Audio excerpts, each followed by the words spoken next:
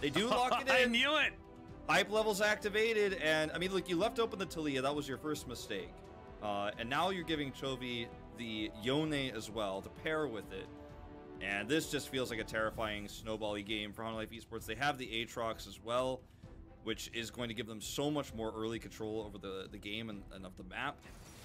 This feels like this could really be a disaster for Brion if Chovy can have another repeat performance. But he doesn't have to go 10 kills, 11 kills. Nope. For this pick to be good. He can actually just have a normal tempo-based game on the Yone, and they still have better objective control, and that's what I really like about this comp so far here for Hanwha Life. Yeah, it's really powerful. I just love how it plays early on as well. I mean, the amount of support that Talia can get from the mobility that Aatrox and Yone both provide is very, very frightening. I think that Senna needs to be banned away here as well as the Samira on Brion's side, force Deft into something a little bit down on the tier list. And you can see now Chovy just trying to make sure that his matchup is as comfortable as possible. Yeah, and Senna is, of course, going to be banned. We'll see where this pushes us right now. Because, you know, the Kallista's still open. Gonna grab Thresh. Okay, you can't. Oh, they just get free Aphelios. Yeah, that's you can't. Okay, sure. So, not only that, but they have the Seraphine banned away. So, it feels like that's one of the scariest things you could deal with in lane with the Aphelios Thresh is some sort of oppressive matchup like the Seraphine Jhin that would have been left open. Where, you know, it's really tough to actually play safe. Ooh, this is risky. Going to the set to try to be hyper aggressive against a really safe bot lane with the Thresh. I'm not a huge fan of this. The question becomes what AD do they pick? Because you try to go set Aphelios and you're really playing with fire. I mean, they already have the Kai'Sa. Oh, right, they have Kai'Sa. Yeah, they have Kai'Sa. What am I saying? No, that's okay. The Rel is going to be locked in here, so we've got 3 supports for Brion to choose from, and we'll see which solo lanes they're all going into. Hoya should be playing the Gragas, and it should be set mid lane to try and go up against Chovy. Can neutralize a lot of these melee matchups, actually, as the set. You can buy those early steel caps, and of course, with the amount of health regen that you do get from all the grit, it should be a pretty comfortable situation. It's not going to be Aphelios. We're going with the Vayne from Deft, and he played this in their last series and actually looked very good on the champion as well. Was a little bit overshadowed by Chovy in that game, but I think everyone would when Chovy was basically the size of a planet. Yeah, I mean, Vayne is very, very powerful in the late game, very similar in terms of how she's going to function in this game as to the Senna we saw last game. Obviously, Senna having a lot more utility, the extra heals, ultimate, you know, being able to help secure kills at range. But this feels like a comp that can absolutely explode early, but also has some really nice late game fallbacks here with the Vayne. The lane is going to be fairly stable. The Rel pairing with the Kai'Sa hasn't been as strong as it has been with the Samira, for example. You know, that was banned away long ago. And the one thing I do like for Brion is the Gragas into the Aatrox. If Hoya plays it safe, builds tanky, that's something that, you know, probably isn't going to snowball out of their control, out of their hands. But everything else that they're trying to do here is so insanely difficult to execute versus the early game. Like, I am it an Aphelios. Well, we may as well just catastrophically destroy the draft, but maybe Brion have something left in the tank that they can show us. As you know, the early Aatrox was an interesting one, right? Like, this is something that Morgan. He was basically a 2-trick over in China. We were talking about it earlier on. The Aatrox and the Renekton were where he sort of lived. But he's certainly shown some more breadth to his champion pool. But going back to some old comfort should be helpful for him as well, especially with how well it augments this Talia. Yeah, and I think that, you know, in early skirmishes too, even especially around the bot lane, for example, where you might see Lava rotate down. If he teleports in and gets a really nice trade there, gets an advantage, gets some assist gold, helps that bot lane out, Deft gets to be stable. I like it a lot. Some of the top laners that you would have teleported to those bot skirmishes, those Drake skirmishes, you know, end up being more defensive, but I feel like Morgan is a great Aatrox player. He's got good CC he can add to the fight, and he can actually kind of really help carry that fight forward. And I feel like that's one of the more dangerous teleports you could face in the early game from the top lane. So I like this pick for that reason as well. And this is not a comp, like I said, that has to snowball early. But that is what the theme is, especially with the Yone pick. Which, if it doesn't get fed, kind of falls off a little bit. Yeah, sort of like any assassin, really, as Morgan is going to find himself a barrel that he didn't really want to drink at this stage, but I guess it's Oktoberfest, as you can see. A bit of aggression here towards the bottom side is Delight going in, but Deft getting a lot of damage back onto Henna as well, as they do get some vision down into this brush. We'll see how well they actually lane here. Of course, Vayne, not exactly the most stellar laner.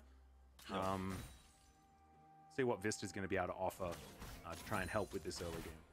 The scariest moment in this matchup is going to be when Delight hits level 2 and can just suddenly lock in Attract Repel, and you can see the respect comes through like right before that happens for Deft and Vista.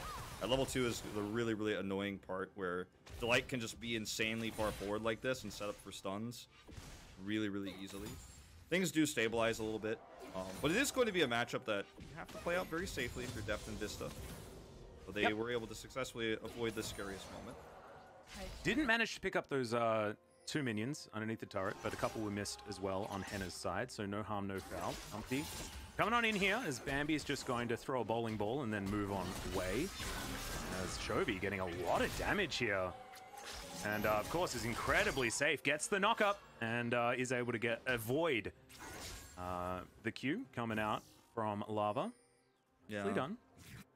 It's really frustrating to deal with the Yone because you try to trade like that and you feel like, okay, I pushed him under his turret, he can actually just follow back and chase you. And then if you try to use your abilities on his spirit form, you can dodge them by simply jumping back. In this case, obviously he's still human form, so get hit by the haymaker this time, but pretty even matchup in the mid lane so far. I feel like there's a lot of volatility there though.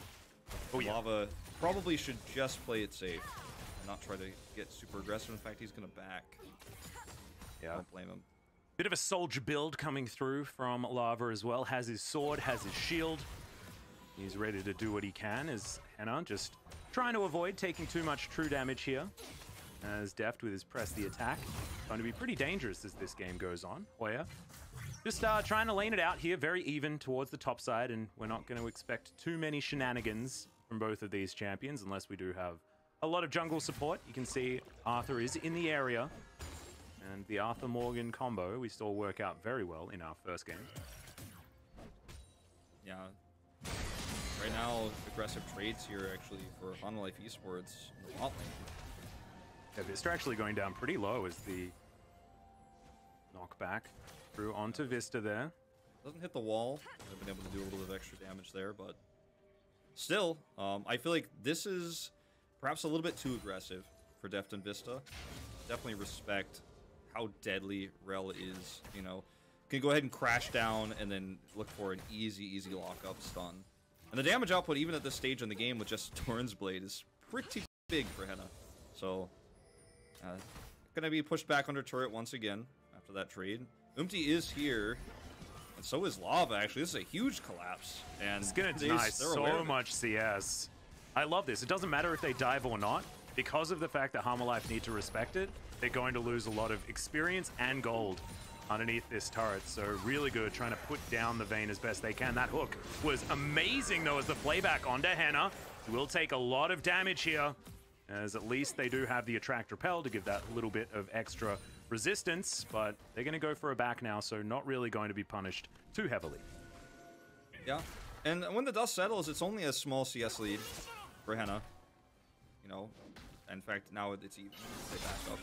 So don't end up getting too many advantages from that, but I like the attempt. Yep. And if you catch them sleeping up, here's the level 6 boss. Gonna be able to do a kill here against the set. Maybe against, you know, one of those control makers. But yeah, I mean, if you catch them sleeping in the bot lane, you get a kill, maybe 2. You force a jungle rotation. Like Arthur actually had to come all the way down instead of clearing some of the farm on his way. They are going to operate around this Drake though. Delight is going to scout this out, but I think he's just unfortunately too late to do anything. Yeah, they don't have the Lilia in the area whatsoever. That will be the Ocean Drake. We've got Mountain coming up next, so yeah, it's a little bit scary when it comes to Cloud Soul possibilities, but that's fine. You know, we're used to it at this point in time. Certainly our most popular soul so far in the LCK. Yeah, and you know, for Brion, they have a gold lead right now. If you look at the lanes, you know, it's very clearly the top lane that's doing best for them, but it's not really any crazy advantages anywhere on the board. So the question becomes now for Fred and Brion, where do they want to take their first fight? And they might just simply give up the Rift Herald if Hanwha Esports group up for that, because this is a composition that can absolutely get obliterated early with the Yone pick, the Talia, so much rotating power. She's about to get her ult online. I feel like Fred and Brion may consider just playing a slower tempo game here early on, trying to scale up. Well, that was a bit of a weird one from Vista. Throws out the hook a little bit more horizontally than he wanted to. It's fine. You know, sometimes you just gotta... Nobody's perfect. Yeah, you gotta throw him out there, you know? What if, the supercharge forward had have happened and then he looked like a god, you know? There are possibilities. Zerka's Greaves were what Chovy decided to go for when he went back. And Def doing a really good job clearing out these minions underneath the turret, as you can see there. Still behind by a few CS, but a Vayne in lane. Certainly something that you'd expect not to be an extraordinarily dominant force.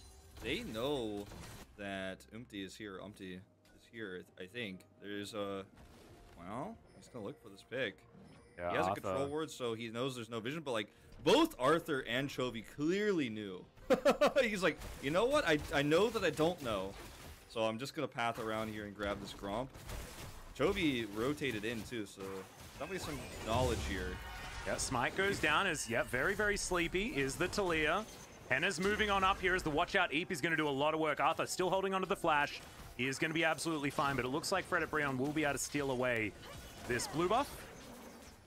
See what else they can transition into as Lava will get the Facebreaker off onto Chovy as Vista. That's a really long hook. As the Weaver's Wall comes down, Arthur wanting to get over the wall, but doesn't find the flick. And now Hanwha Esports in position to back away as Hoya throws down the barrel. Perfect delivery onto the Thresh, and that'll be first blood to Henna, of all people. A great start for Fred and Brion. Yeah, this is Hanwha Esports just really messing around in a fight and in a skirmish that they had no business like committing to. We're going to see Lava find himself in a little bit of trouble here. Yep, Unbound Soul will mean that Chovy is absolutely fine, as you know, and he'll move back to this lane. You know, I talked about Morgan being able to teleport and really win some of these crazy skirmishes that go longer, especially when he starts to add all that extra CC. His damage output is insane. He's not very similar at all to Gragas, in fact. When Gragas comes down, he looks for some big CC early, and otherwise, that's it. Like, he's a one and done, he teleports in. But this commitment in from Morgan is really hoping to turn the tide. But unfortunately, they're just out of position. And it's a really nice play from Fred and Brion. They all group up. I mean, this is a 5-man group. They're looking for blood.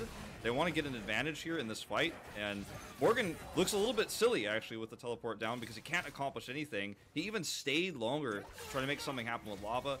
It didn't. And just a really nice win for Fred and Brion early on in this game. I liked it. I think that cask was absolutely perfect. There is no way Hoya could have thrown that any better. Made sure that it guaranteed the kill. Didn't just mini stun Vista into the wall, which is what a lot of Gragases would have gone for in that instance. Instead, it's just a perfect delivery into his team. So really, really good stuff. Lava still feeling the pressure here. 30 CS is the lead for Chovy as it ticks over to 10 minutes. He has 100 CS. I'm feeling real good about how this Yone is going so far. Still wanting to try and get some kills. This game has been relatively slow at the beginning. Yeah. I'm really curious to see what Lava's going to build too, because he's so far behind, but that's not expected, not only against Chovy, but also in the Yone matchup. You could see he was using Haymaker to CS, because that's just how it goes, right? It's really, really difficult in this matchup. You have to play back, you have to play safe, but if he builds really tanky, then at least he can maybe be an ult bot in some of these team fights, try to isolate Deft in particular, try to help blow him up later on in these fights, or at least make it so that he can't put his damage out safely. But otherwise, I feel like the value that Chovy's going to get on this Yone just becomes better and better around these next few skirmishes, around potentially this Drake fight we're going to see, this next Mountain Drake. Because he can set up for a triple stun, he can zone people, he can actually chase for kills. Whereas Set, very similar to the Gragas I was talking about earlier, there's not a lot of staying power. You go in, you make something happen, or you don't. And otherwise, Chovy's going to be valuable throughout the fight. Well, speaking of Chovy, he was thinking about going in onto Umpty. Lava moving on up as well, as it is going to be a 4 versus 4. Bit of a pincer here on Hanwha Life's side. We'll see whether Arthur can get in there and make this a 50-50 as Shelly is going to reset. That's a good flick back onto Delight. Tracked Repel is going to help him out there just a little bit as the death sentence does go wide. And Henna back towards the bottom side, not going to be augmenting this battle whatsoever. Def did get the inside track there, which is going to mean that Fred at Brion disengaging was an intelligent move. Be able to take that fight. Chovy gonna have to jump back to his body. Yep.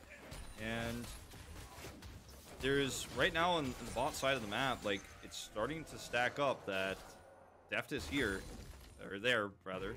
Not looking at him directly, but he's getting some extra CS. Henna is very late on this rotation down, and they're not getting anything otherwise value-wise on the map. So yeah. Deft is like, all right, well, thank you for the free laning. I'm just going to take some gold. Appreciate it. Well, Morgan, let's see what he can do here as the Infernal Chains are going to push Hoya back.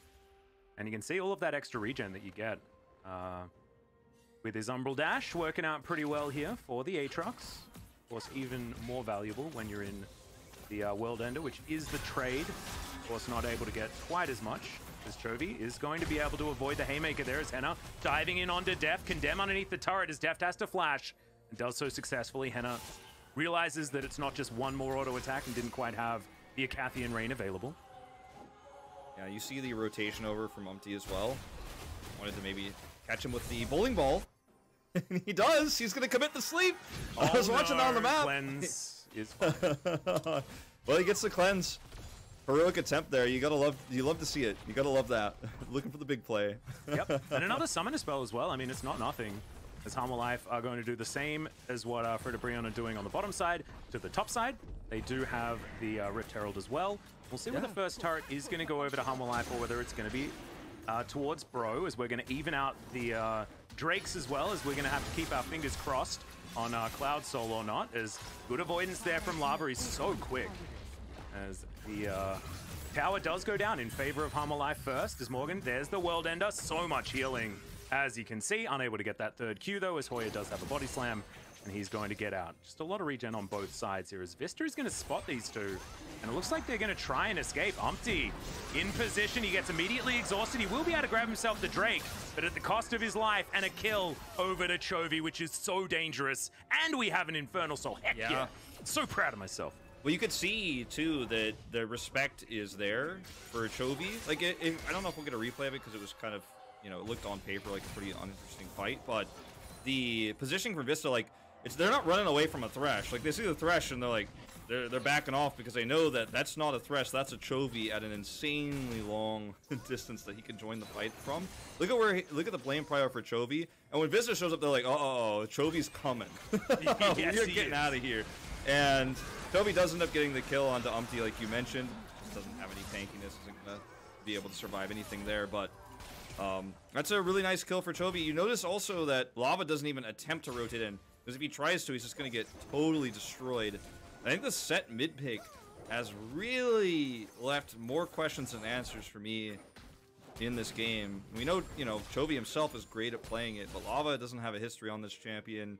He's losing the matchup pretty terribly in terms of CS, and his impact in some of these objective fights, we're waiting for it. I mean, he's definitely going to look for some big showstoppers later on, but it feels so all or nothing, like I was saying before. And yeah, I'm starting to feel like Hanwha Life Esports is starting to get to a point where they're going to look to control all these upcoming objective fights. Should be able to. We'll just have to see what Fred and Brion are going to do. Kraken Slayer completed on the Vayne. It's a lot of extra true damage she has now available to her. And as Deft will move back to this minion wave, tidy that one up for himself. He's down by about 10 CS, but it's probably fine, actually, for a Vayne in this matchup, as Chovy knows that he needs to ult out of there. But Arthur not going to be so lucky, and he'll be taken down. Very squishy is this Talia, and a little bit of an overextension now as Morgan up towards the top side is pushed very, very far down. Is going to be able to move back now to relative safety. Is now Chovy looking for Lava. He's taking so much damage. Haymaker not even going to be utilized, as I believe it was on cooldown or something, and Chovy just gets a very simple solo kill. He just used it in the previous fight to look for that pick onto Arthur, so, I mean, you trade a 1-for-1, but Chovy's not done with just this. Oh, no. Doesn't have ulti, remember, but looks for the interruption. Doesn't quite get there, but still. Hoya taking a lot of damage. Good knock up there. It's going to be softened up a little bit And Umpty now in this mid lane looking to try and clear out these minions, but the Yone is terrifying right now. Yeah, I mean, you know, one of the reasons why you might be seeing the set is Umpty does get knocked up here. Bolt's Oh not no. online. Chovy can sleep, but did of course have the E available. Just gets himself out of there. The reason, I guess, you know, looking at how this game is shaped up, that we might see the set, which is a ridiculous reason to pick a champion, I feel, at this level, but it's really difficult to solo kill him. It's really difficult to get Chovy into a position where he's like 5-0-0, you know, where he's just starting to pop off. It's difficult to solo kill the set, and, I mean, you see Chovy, when he gets online, he does not take prisoners. He is very aggressive, as this is where the showstopper gets used. Arthur gets caught here by lava.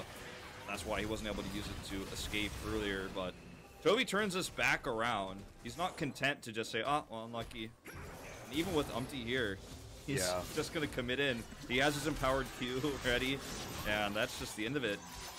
And he just, like, and he understood that with the Haymaker down, there was no way that any of that grit could be actually utilized in that fight. So a mistake from Lava largely, but Chovy capitalizing perfectly is definitely worthy of some praise. Yep, he's #1 in experience at the moment. With all the extra CS he has, #1 in CS as well. In fact, ahead of both 80 carries. Not uncommon, but he's just doing so much on the map right now. And this is where, you know, Chovy found his lead against BDD. It was obviously a more extreme lead, but then he started roaming around the map and killing side laners. He just prevented people from trying to clear wards. He was always on Gen G's side of the map, and I think we're going to see that trend continue here for Chovy as well. Won't be able to have the same dominant performance, especially with Set being the mid laner and not a Syndra that will just simply burst down. Like, Set's a lot more survivable. But if you're picking Set just so you don't die to Chovy, then it does leave questions for me, you know, about this. It's like, is it really a counter pick, or is it just a Chovy doesn't get fed pick? I mean, Chovy's already fed, man. He's like 2-0-0, has himself a 300 gold bounty. It's like, yes, the lead isn't, you know, insurmountable. It's not as good. Yeah, true. It's like not utter domination, but it's not like the problem solves. In goes Hanwha Esport. Chovy finds the ulti into the backline. It's a double flick kill, as just before he goes back to his soul, Chovy grabs yet another kill. Morgan's going to be able to take a Lantern Ride to safety, and that should be an Infernal Drake going over to Hanwha Esports, unless they just want to continue fighting. I mean, I think they'll be happy to take this one. Meanwhile, Deft is heading up to take red, it looks like, and they're going to get vision on the Herald. They see that nobody's there, so they're actually getting confirmation that this is not going to be an objective trade, which they should have known because they knew everybody was backing, but they were able to confirm this 100%. There's nobody there. There's no wards there even. So, Brion get nothing. It's the worst possible time for Deft, or rather for Chovy, to have a perfect engage here. And this is the tempo advantage that Yone is always looking for, is around the mid-game, having a small lead, crazy attack speed, go in and ult for big kills. And, you know, we talked about it, Valdez and I did in that Gen G series about, okay, yeah, the Yone pick, how much value can they get? Are they going to get a tempo advantage? In that game, they got a massive advantage. This is a more realistic advantage, but it's still enough to make the big plays. Yeah, and that was a 5-man sleep at the end there, but unfortunately, the blender was already in effect. And so Umpty unable to actually utilize anything there. He had to go into his Zhonya's very early, and then there was just nothing he could do. See what Umpty's actually going to be building for himself after this as well. It's not going to be any Moonstaff shenanigans or anything like that. Looks like it is just going to be damage. I thought maybe there was some Moonstaff opportunities, given the fact that Hoya is going damage himself, so they will have a lot of magic damage. But right now, it just feels like they don't have enough damage whatsoever with the lead that Hanwha have.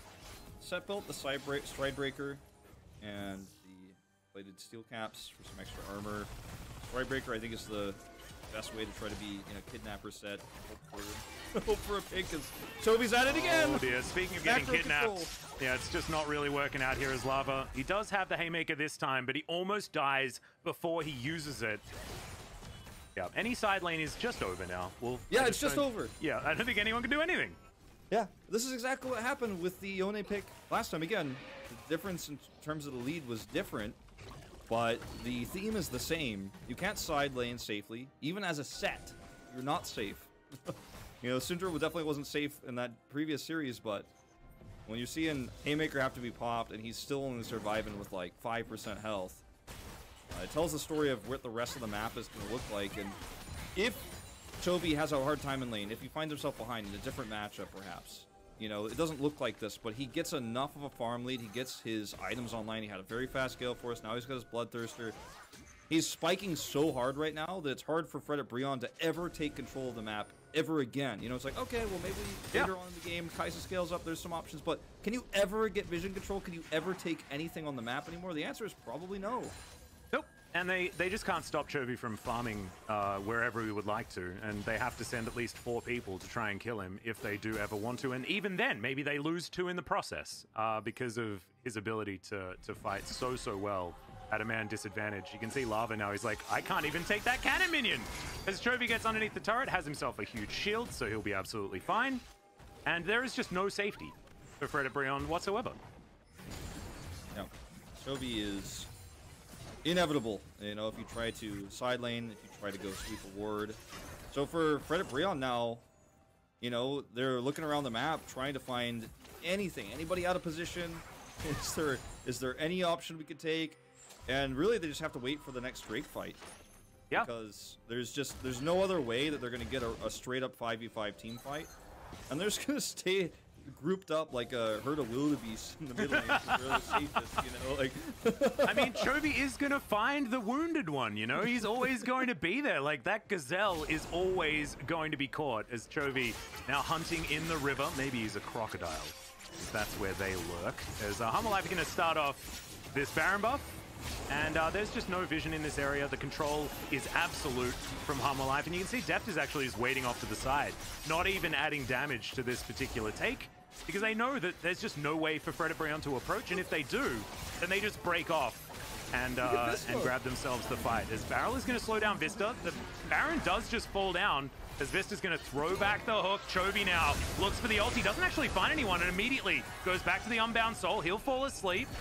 He gets further away. Henna now trying to fight in the exhaust is immediate, but Chovy should be going down. They lock down the Yone, and now it's the Gragas that's out of position. You can see Deft trying to get into the right spot to start off this fight. He grabs a double kill to begin this one, but he's down to 200 health now, and Morgan picks up the charge. He's gigantic on this Aatrox, and yeah, you may have taken down Chovy, but the rest of the team is also fed. The rest of the team is fed, and it's a very, very long road to retreat here for Hanwha and Umpty. They do escape here, even with the Arthur ultimate coming down. This was a very greedy play by Hanwha Esports on the other side of the coin to actually start this, to put Vista in a position where he's checking alone. And again, like you said, there's no vision. So he's there, and Brion can't deal with him immediately because for all they know, Chovy could be hiding in a bush. They don't know he's on Baron. But eventually, as they do commit and he runs away, they realize it's safe and they do make a collapse onto the Baron. They're just too far behind at this stage, and this could have been a much better Baron buff. This could have been a lot cleaner. Perhaps could have been a team fight that they forced rather than trying to rush down the Baron, which they get it.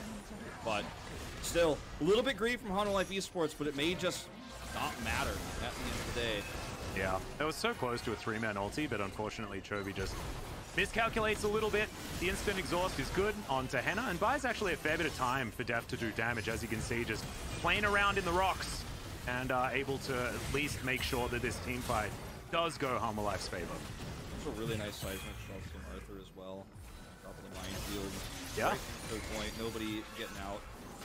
It was actually really well handled when the crisis moment hit, where Chovy was certainly going to die and only had the exhaust to try to buy time. He's got a stopwatch now, so this fight could have looked very different if that was available previously. But yeah, that was actually really nice crisis management from Hanwha Esports, all things considered. Yeah, I agree. It could have actually been way worse if they hadn't played it perfectly like they did, and if Morgan wasn't so ahead. Well, one thing that we looking for a turret. Yeah, one thing we do need to say is that Chovy now doesn't have the Baron buff, so his split push isn't quite as powerful. As the ulti comes in immediately, they lock down the Kai'Sa, and you may have been saying Choky in chat, but you are going to eat those words now as he gets the perfect pick, and now Hanwha will be able to wreck these turrets. Yeah, this isn't a Matilda, unfortunately. For Brion. No.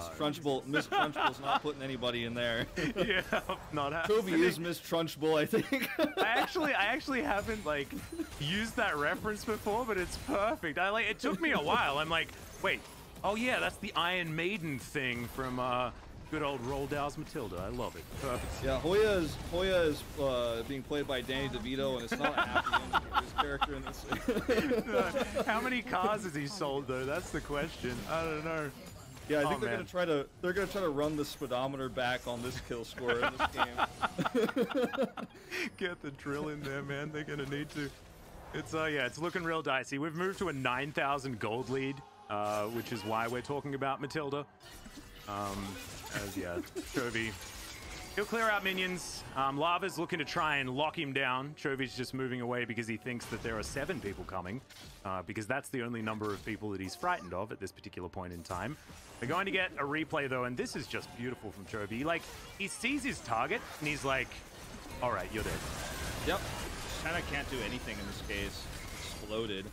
And it looked like he was maybe going to try to Killer Instinct to the other side of the fight, but what are you going to do in this case? Chovy is just too fed.